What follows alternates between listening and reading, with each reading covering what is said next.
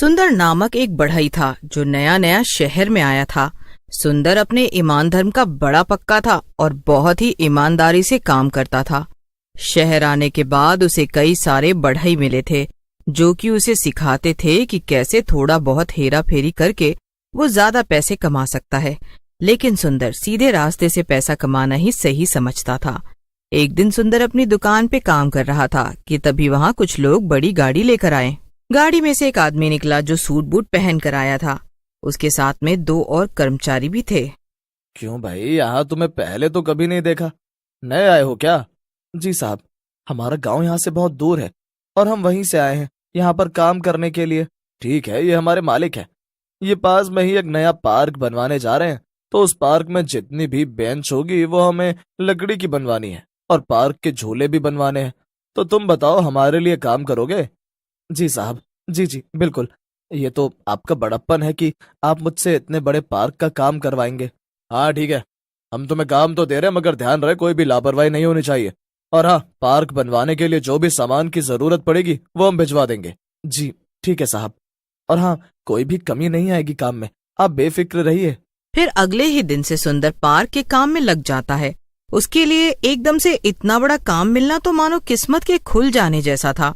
उसे ये उम्मीद हो गई थी कि अब उसे अच्छा काम मिलता रहेगा। वो पार्क के लिए बेंचें बना रहा था कि तभी उसे नजर आया कि बेंच बनाने वाली लकड़ी में दीमक लगी हुई है। अरे ये क्या, इन लकड़ियों में तो दीमक लगी हुई है। लगता है इन लोगों ने ध्यान नहीं दिया और गलती से ये दीमक वाली लकड़ी आ गई। चलो मैं अभी चलकर बता देता हूँ। सुंदर पार्क के मालिक के कर्मचारियों के पास गया और उनसे बोला, अरे भाई देखिए, आप लोगों से जरा सी गलती हो गई है। आपने ये जो लकड़ी भिजवाई है ना बेंच बनाने के लिए, इसमें तो दीमक लगी हुई है। हाँ तो हम क्या करें? ये आप कैसी बातें कर रहे हैं? अगर लकड़ी खराब है तो हम उसका इस्तेमाल नहीं कर सकते हैं ना, हमें लकड़ी बदलनी पड़ेगी। अच्छा, और वो भला क्यों? अरे अगर इस खराब लकड़ी से बेंच बनाई तो उसके टूट जाने का खतरा हमेशा बना रहेगा। इससे लोगों को चोट भी लग सकती है। अरे भाई, ऐसा जरूरी तो नहीं है ना कि लकड़ी टूट ही जाए और किसी को चोट लग ही जाए। अरे हमारे घरों में भी तो लकड़ी का फर्नीचर रहता है और उसमें भी कई बार दीमक लग जाती है, तो क्या इससे किसी को चोट लगती है? अरे पर देखो, ये परवर मत करो। अगर तुम्हें काम नहीं करना है तो हमें बता दो, हम किसी और को काम दे देंगे। अरे नहीं नहीं, किसी और को क्यों दे देंगे, मैं हूं ना, मैं ही करूंगा। हाँ तो जाओ और करो ना, यहाँ पर खड़े खड़े समय क्यों बर्बाद कर रहे हो? देखो, ये पार्क का काम जल्दी से जल्दी खत्म हो जाना चाहिए, क्योंकि हमारे मालिक को विदेश निकलना है और वो चाहते हैं कि पार्क का उद्घाटन करके ही वो विदेश जाएं। अच्छा ठीक है। सुंदर वापस से अपना काम करने में लग गया। अगले दिन से किसी न किसी चीज में कोई न कोई कमी जरूर निकल रही थी और अब ये बात आम ही हो गई थी। सुंदर कई बार तो कर्मचारियों को टोक देता था, लेकिन उनके जवाब सुनकर वो खुद ही समझ जाता था। उसे भी शहर आए अभी कुछ ही वक्त हुआ था और उसे पैसे की जरूरत भी थी, इसलिए वो ज्यादा कुछ बोले बिना चुपचाप अपना काम कर रहा था। ये शहर के लोग भी ना कैसे कैसे होते हैं, एक पार्क बनाने के काम में भी इतनी मिलावट और गड़बड़ी कर रहे हैं। न जाने इनका क्या होगा। खैर, मैं इस बार तो ये काम कर दे रहा हूँ, लेकिन आगे से कभी भी ऐसे किसी काम को हाथ में नहीं लूंगा। कुछ दिन बीत जाते हैं और सारी बेंच बनकर तैयार हो जाती है। अब सुंदर को पार्क में लगने वाले झूले लगाने थे, लेकिन जब सुंदर झूले बनाने के लिए पार्क में पहुंचा तब उसने देखा कि झूलों में लगने वाला सामान तो और भी ज्यादा खराब था। अरे ये सब क्या है? ये सामान तो बहुत ही घटिया क्वालिटी का सामान है। ये लोहा तो एकदम जंग खाया हुआ है और इससे तो लोगों के गिरने का खतरा बहुत ज्यादा है। और अगर किसी को इस लोहे से चोट लग गई तो उसे भी बहुत दिक्कत होगी। नहीं नहीं, अब मैं इतना गलत काम तो नहीं कर सकता हूँ। सुंदर तुरंत सामान की शिकायत करने जाता है और आज इत्तेफाक से पार्क बनवाने वाला मालिक आदमी भी वहां आया हुआ था। उसका नाम ब्रजेश था। साहब, अच्छा हुआ आप खुद आ गए। मैं आपको बहुत जरूरी बात बताना चाहता हूँ। ये लोग पार्क में लगाने के लिए बहुत ही खराब सामान लेकर आए हैं। ऐसे तो लोगों की जान को भी बहुत ज्यादा अरे ब्रजेश, क्या तुम भी? तुम्हें सामान से इतना लगाव क्यों है? अरे तुम्हारा काम है झूले और बेंच बनाना। अब उसमें कौन बैठता है और कौन गिरता है उससे तुम्हें क्या लेना देना है? तुम अपने काम पे ध्यान दो ना। नहीं, मेरा भी एक परिवार है, बच्चे हैं, और अगर मैं किसी और के बच्चों को तकलीफ पहुंचाऊंगा तो भला मैं कैसे खुश रह पाऊंगा? मुझे ये सब नहीं करना है। अब आपको जिससे काम करवाना है करवा लीजिए, मगर याद रहे, इस पार्क में आने वाले हर एक इंसान को मैं बता दूंगा कि कैसे अंदर उन्हें खतरा है। फिर अपने आप ये पार्क बंद हो जाएगा। 2 टके का बढ़ई, तेरी इतनी मजाल, तू मेरे पार्क को बंद करवाएगा? तुझे तो मैं जिंदा नहीं छोड़ूंगा। इतना कहकर ब्रजेश सुंदर के सर पर पास में ही पड़े लोहे की रॉड से वार कर देता है। सुंदर जमीन पर गिर जाता है और उसके सर से बहुत ज्यादा खून आने लगता है। अरे मालिक, ये क्या? आपने तो इसे बहुत जोर से मार दिया। अब क्या करें? इसे अस्पताल ले चलें?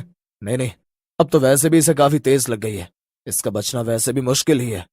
तो अब इसे यहाँ से अस्पताल तक ले जाकर और तकलीफ क्यों दे? जब इसे मरना ही है तो यहीं पर मर जाने दो ना। ब्रजेश की बात सुनकर सभी कर्मचारी हैरान हो जाते हैं और एक दूसरे को देखने लगते हैं। चलो चलो, जरा जल्दी करो, मेरे पास ज्यादा टाइम नहीं है। अरे ये इतना बड़ा पार्क है, यहीं कहीं से अच्छी सी जगह देखकर दफना दो।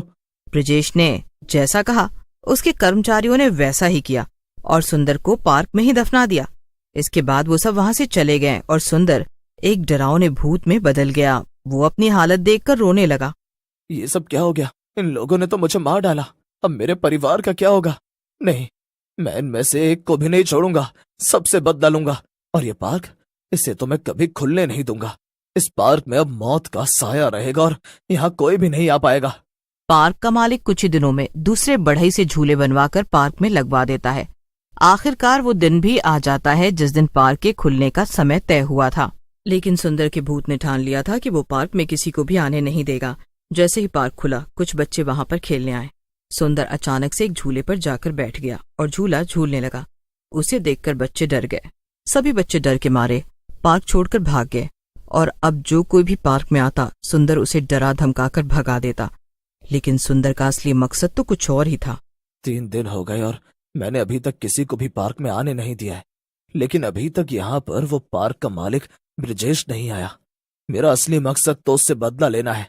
पता नहीं ये खबर उस तक पहुंची भी है कि नहीं कि इस पार्क में भूत का साया है। सुंदर का भूत खुद से बातें कर ही रहा था कि तभी वहां पर वो दोनों कर्मचारी आ गए जो ब्रजेश के लिए काम करते थे। वो दोनों आपस में बातें कर रहे थे। तू पागल है क्या? अगर लोग कह रहे हैं कि यहाँ पर भूत प्रेत का साया है तो तूने अभी तक मालिक को क्यों नहीं बताया? अरे यार, तुझे पता नहीं है कि मालिक विदेश गए हुए हैं? वो कल वापस आ जाएंगे, तब उन्हें सब बता दूंगा। और वैसे भी मुझे इस भूत प्रेत की कहानी पर बिल्कुल भी यकीन नहीं है। अरे ये सब तो बस कहानियां हैं।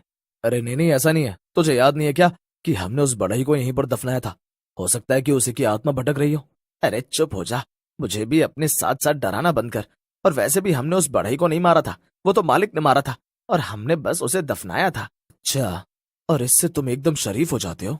भूत को अचानक से अपने सामने देखकर दोनों कर्मचारी डर से कांपने लगे। भूत, भूत! अरे ये तो उस बढ़ई का भूत है। ये तो सच में आ गया, यानी कि ये पार्क सच में भूतिया है। तो तुम्हें लगता है कि तुमने मुझे यहाँ दफना कर कोई गलती नहीं की और तुम दोनों शरीफ हो? तो फिर ठीक है, अब मैं भी एक शराफत का काम करूंगा।